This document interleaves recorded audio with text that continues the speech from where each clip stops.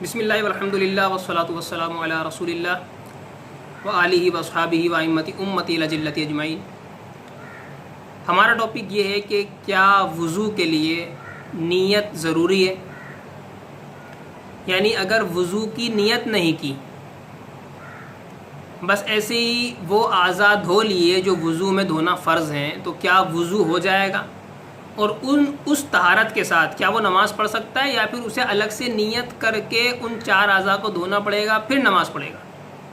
اگر نیت نہیں کی تھی، ایسی اعضاء دھل گئے اور نماز پڑھ لی تو نماز ہی نہیں ہوگی، کیا اس طرح ہے؟ یا پھر ایسا ہے کہ 4 اعضاء دھو لینا ہی کافی ہے اور نیت کرنے کی ضرورت نہیں ہے، نماز پڑھ لی ہو جائے گی؟ تو یہ آج ہمارا ٹاپک ہے، اور اس حوالے سے علماء کا اختلاف ہے۔ سفیان ثوری اور ابو حنیفہ یعنی حنفی، ان کے نزدیک یہ ہے کہ اگر نیت نہیں بھی کی نا تو 4 اعضاء دھو لیے تو وضو ہو جائے گا، اور اس وضو کے ساتھ وہ نماز بھی پڑھ سکتا ہے، نماز بھی ہو جائے گی۔ لیکن امام شافعی، احمد بن حنبل، امام مالک، داؤد اصبہانی رحمۃ اللہ تعالی علیہ اور ابو ثور، یہ امام شافعی کے ساتھی ہیں۔ ان تمام علماء متبحرین فقہا محدثین کا یہی قول ہے کہ اگر کسی نے نیت نہیں کری وضو کی، یعنی میں وضو کر رہا ہوں، وضو کی نیت نہیں کی، بالفرض وہ سوئمنگ پول میں اس نے چھلانگ لگا دی، یا ویسی بارش ہو رہی تھی، بارش میں اس کا جسم دھل گیا، وہ 4 اعضاء دھل گئے جو وضو کے لیے ضروری ہوتے ہیں، تو ان کے نزدیک وضو نہیں ہوگا کیونکہ نیت نہیں ہے۔ حنفیوں کے نزدیک ہو جائے گا کیونکہ ان کے نزدیک نیت ضروری نہیں ہے۔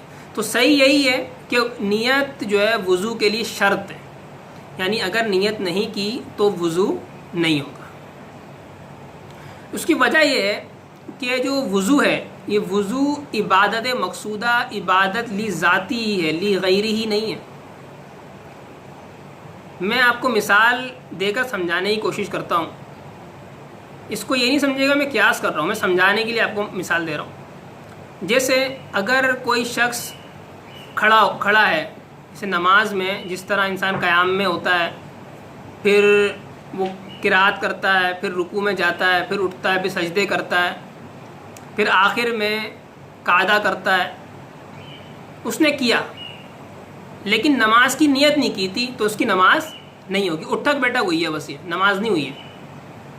نیت ضروری ہے، نیت نہیں کری تو نماز نہیں ہوگی۔ اسی طرح اگر کسی نے سحری کے ختم ہونے کے وقت سے بھوکا رہا اور غروب آفتاب تک وہ بھوکا رہا، کچھ بھی نہیں کھایا اس نے، نہ پیا، اور ہم بستری بھی نہیں کی، تو یہ روزہ کہلاتا ہے نا۔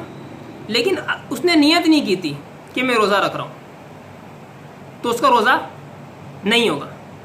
نیت کرنا ضروری ہے۔ اسی طرح زکوٰۃ میں بھی ہے، زکوٰۃ میں اگر آپ نے کوئی مال خرچ کیا لیکن نیت زکوٰۃ کی نہیں کی کہ میں زکوٰۃ دے رہا ہوں، تو پھر زکوٰۃ ادا نہیں ہوگی، وہ ایسی صدقہ چلا گیا، زکوٰۃ ادا نہیں ہوگی، کیونکہ یہ سب عبادت مقصودہ ہے نا۔ عبادت مقصودہ اور عبادت ذاتی میں نیت کی ضرورت ہوتی ہے۔ اسی طرح حج ہے، حج میں نیت کی ضرورت ہوتی ہے۔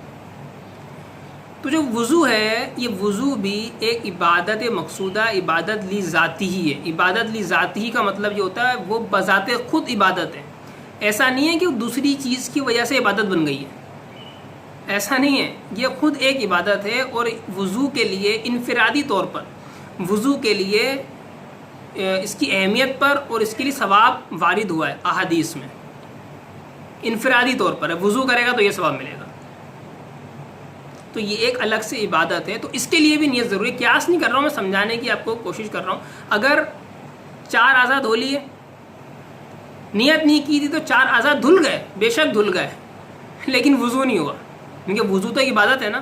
عبادت کے لیے نیت ضروری ہوتی ہے، اور نیت کے بغیر عبادت نہیں بنتی، عبادت نہیں بنتی۔ جب تک ثواب کی نیت نہیں کریں گے ثواب ملے گا؟ نہیں ملے گا، کیونکہ ثواب کی نیت نہیں کی۔ عبادت بھی ایک ثواب ہے، ثواب ہے نا عبادت۔ اگر نیت نہیں کی عبادت کی، ثواب کی، تو پھر وہ فعل عبادت نہیں بنتا جب تک کہ نیت نہ ہو۔ اس کی دلیل ہمارے پاس حدیث سے بھی ہے، بخاری کی حدیث ہے، بخاری کی حدیث ہے، سب سے پہلی حدیث، مشہور حدیث ہے، انما الاعمال بالنیات لکل امرئ ما نوی،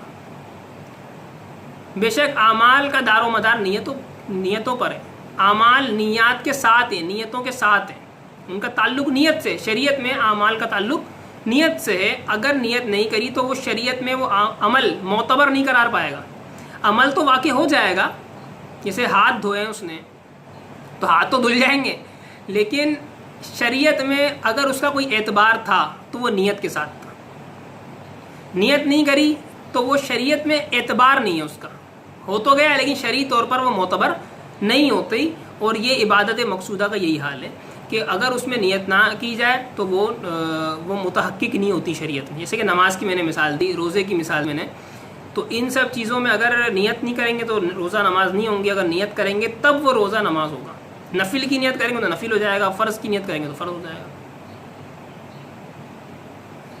تو اسی طرح وضو بھی ہے، تو وضو کے لیے الگ پہلے نیت کرنا ضروری ہے، اگر بغیر نیت کے وضو کر لیا، جیسے بارش میں آ رہا تھا وہ اور اس کے اعضاء وضو دھل گئے، نیت تو نہیں تھی نا، اعضاء وضو دھل گئے تو اب اسے نیا وضو کرنا پڑے گا نماز کے لیے، اگر اسی حالت میں اس نے سوچا کہ میرے اعضاء تو دھل گئے نماز پڑھ لیتا ہوں، نماز نہیں ہوگی اس کی، کیونکہ وضو ہی نہیں ہوا ہے۔ وضو کے لیے شرط یہ ہے کہ نیت ہو، پھر جا کے اس کا وضو ہوگا، اور پھر طہارت متحقق ہوگی شریعت میں، اور پھر نماز کی اجازت اس کو ملے گی۔ وآخر دعوانا ان الحمد للہ رب العالمین۔